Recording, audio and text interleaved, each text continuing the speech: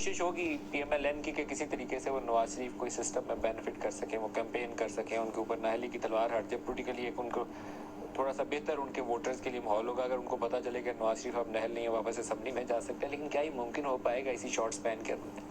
Time تھوڑا. دیکھیں, پہلی بات تو یہ ہے کہ اگر اکتوبر میں نہیں ہوتا تو نومبر میں, 10 نومبر سے تو پہلے ہر حال میں یہ آئینی شرط. ہاں شرط ہے, لیکن اس کے لیے ان کو چاہیے کہ وہ ظاہر آج آ جائیں, کل آ جائیں, پرسوں آئیں, جو ان کے خلاف مقدمات پینڈنگ پڑے ہوئے ہیں ان کا پروسیس کرائیں, اپنی اپیل کو ریوائیو کرائیں, کیونکہ اس میں وہ ایبسکانڈر بھی ہیں اور وہ اپیل بھی ڈسمس ہو چکی ہے. ظاہر اپیل ریوائیو ہوگی, ریوائیو ہونے کے بعد پھر اس کے اوپر آرگومنٹس ہوں گے, وہ سرنڈر کریں گے اپنے آپ کو.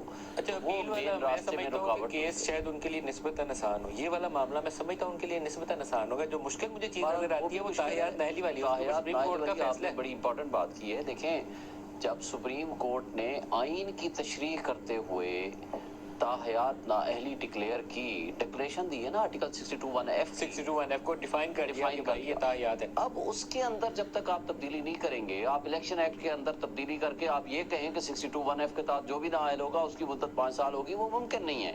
کیونکہ ایکٹ کے ذریعے, سمپل قانون سازی کے ذریعے آئین کی تشریح آپ نہیں کر سکتے یا آئین کی امنڈمنٹ نہیں کر سکتے. دوسرا, سپریم کورٹ کی ججمنٹ کو اس طریقے سے نلیفائی نہیں کر سکتے.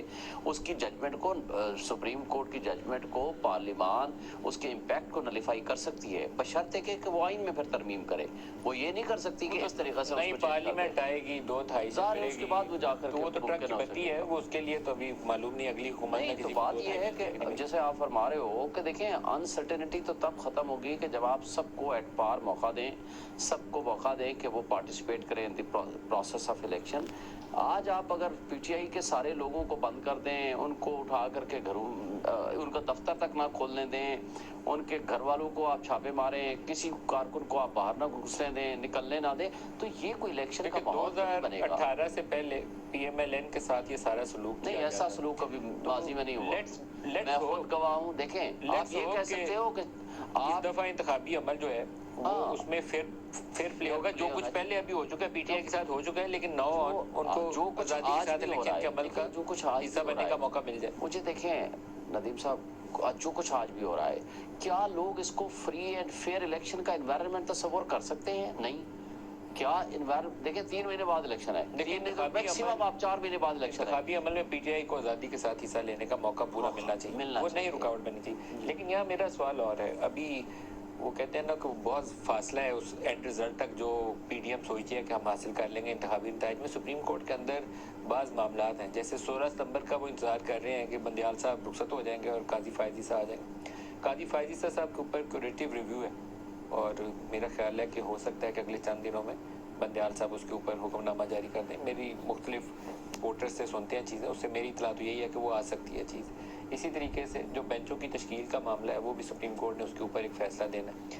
اور اس سے بڑھ کر بھی یہ جو ایکٹ جس میں 5 سال کی مدت کا تعین کیا گیا, اگر اس کے اوپر سپریم کورٹ نے آرڈر جاری کر دیا 16 ستمبر سے پہلے, تو وہ بھی ایک نئی تلوار ہے جو سر پہ لٹک رہی ہے. تو پتہ نہیں کیا ہوگا کہ ایک کڑماس, وہ بولتے ہیں نا پنجابی کے اندر, وہ والی کیوس والی سچویشن نہ پیدا ہو جائے. دیکھیں, کیوس والی سچویشن تو آج بھی ہے, فردر ڈیپن ہو جائے گا یہ کرائسس. ہاں, مزید بڑھ جائے گا. دیکھیں, افراتفری کی کیفیت ہے, انتشار ہے, لوگوں کو ابھی بھی آہستہ آہستہ اب یقین ہو رہا ہے جب اب نئی چیزیں کھل رہی ہیں کہ بھائی ہاں واقعی الیکشن وقت پہ ہو جائے گا. ابھی بھی لوگ یہ تصور کر رہے ہیں, پچھلے مہینہ پہلے تک تو کوئی یقین نہیں رکھتا تھا 2023 میں الیکشن ہوگا. پروبیبلی اس بات کا بھی امکان ہے کہ IMF نے کنڈیشن ہی شاید یہ رکھی ہوگا, آپ الیکشن پروسیس میں جائیں گے, آئین کے مطابق چلیں گے تو آپ پیسے دیں گے. ہمیں نہیں پتا, لیکن 15 دن مہینہ پہلے تک تو یہ تھا کہ طریقہ کار کے مطابق الیکشن کروانے چاہیے, چور راستے سے کوئی آگے, جو راستے سے جو آئے گا شور شرابہ ہوگا. سپریم کورٹ کے سامنے جو معاملہ ہے قاضی فائز عیسیٰ کا کیوریٹیو ریویو, میرا خیال ہے کہ جب انہوں نے واپسی کا حکم نامے کی اپلیکیشن دے دی, میرا خیال ہے کہ وہ ختم ہو جائے گا. آئی تھنک سو, میری یہ رائے ہے. سمپل آرڈر آ جائے گا یا اس کے اندر کوئی آبزرویشن آئیں گے؟ سمپل اور شارٹ آرڈر آئے گا. آئی تھنک 1 لائن, 2 لائنیں, 4 لائنیں, 5 لائنیں. اور یہ جو 5 سال کی مدت والا قانون بنایا گیا, میرا خیال ہے کہ یہ ابھی تک کسی نے چیلنج نہیں کیا. اگر وہ چیلنج ہوا تو that will be a fatal. وہ میرا خیال ہے کہ سسٹینیبل نہیں ہے. خواہ بے شک ہائی کورٹ میں کوئی چیلنج کر دے یا سپریم کورٹ میں چیلنج کرے, that will not be sustainable in the eye of law. Military courts والا ہے, بینچوں کی تشکیل والا ایکٹ ہے, ملٹری کورٹس والا معاملہ ان کے سامنے ہے, اور یہ 5 سال والا بھی لگنا ہے. شافی صاحب, آپ کو نہیں لگتا کہ بہت بڑا بزنس ہے جو سپریم کورٹ کے سامنے ہے؟ شاید سیاسی فضا کو بدلنے کے لیے یہ چند ایک فیصلے کافی ہوں گے, اگر فیصلے کافی ہوں گے. اگر دھانسو قسم کے فیصلے آ گئے تو سیاسی ماحول بدلتے پاکستان میں دیر نہیں لگتی. جی آپ بالکل ٹھیک کہہ رہے ہیں. پولیٹیکل سناریو جو ہے وہ چینج ہوتا رہتا ہے، مگر اس میں جو ہے اب بائی پروفیشن تو میں مطلب لائر نہیں ہوں، مگر ابھی آنے والے دنوں میں دیکھتے ہیں کہ کیا فیصلہ آتا ہے اور کیا ہوتا ہے عدلیہ کے حوالے سے. جوڈیشل ریفارمز جو ہیں وہ بڑی ضرورت تھی لانے کی، اس پر جو ہے سابقہ حکومت کا بڑا زور تھا، تو وہ تو میرے خیال میں کو نہیں آئے ابھی تک، اور پولیس ریفارمز بھی کو نہیں آئے. تو ان چیزوں کو پھر بھی ہونا چاہیے. اور جوڈیشری کے علاوہ میں کہوں گا کہ کل جو گرین ایگریکلچر کا انیشیٹو لیا گیا ہے وہ پاکستان کی اکانومی کے اوپر بہت ضروری ہے، مگر اس کے اوپر جو ہے نا ساتھ ساتھ میں نے دیکھا ہے کہ کافی جگہوں پر ہاؤسنگ سوسائٹیز کے حوالے سے کچھ چیزیں ریز نہیں ہو رہی کہ اب مزید ہاؤسنگ سوسائٹیز جو ہے وہ بنجر زمین کے اوپر ہی اجازت دی جائے بنانے کی. ہمارا جو زراعت ہے ایگریکلچر بیسڈ اکانومی ہے، اگر اس کو بوم دینا ہے تو اس کے اوپر بھی دھیان کرنا چاہیے کہ مزید ایگریکلچر یہ لینڈس کے اوپر بہت اچھی بات ہے اگر اس کے اوپر ہمارے سیاستدان بات کرنے پہ تیار ہے، کیونکہ میرا خیال ہے ہمارے سیاسی لوگ ہی اس کے اوپر بات نہیں کرتے. جتنی گرین لینڈ ہے اس کو گرے لینڈ میں کنورٹ کرنا بائی لا بین کر دینا چاہیے پورے پاکستان میں. ہم نے زرعی زمینوں کی بربادی کر دی ہے. پچھلے 3-4 سالوں میں پی ٹی آئی کا ایک ہی کارنامہ تھا، اس نے بلیک منی کی ونڈو کھول دی تھی ریئل اسٹیٹ سیکٹر کے لیے. یہ بند کرنی چاہیے اور گرین لینڈز کو پروٹیکٹ کرنا چاہیے. زرعی زمین ہے، ادروائز ہم اجناس کے ہاتھوں پوری دنیا یورپ پورے کو رسوا ہوتا دیکھ رہے ہیں. یہ میرا آج کا ٹاپک نہیں ہے، میں آپ کو ہر سال کی طرف لے کر آتا ہوں. جی کیا چودھری شجاعت کی چودھری پرویز لائی سے ملاقات ہوئی؟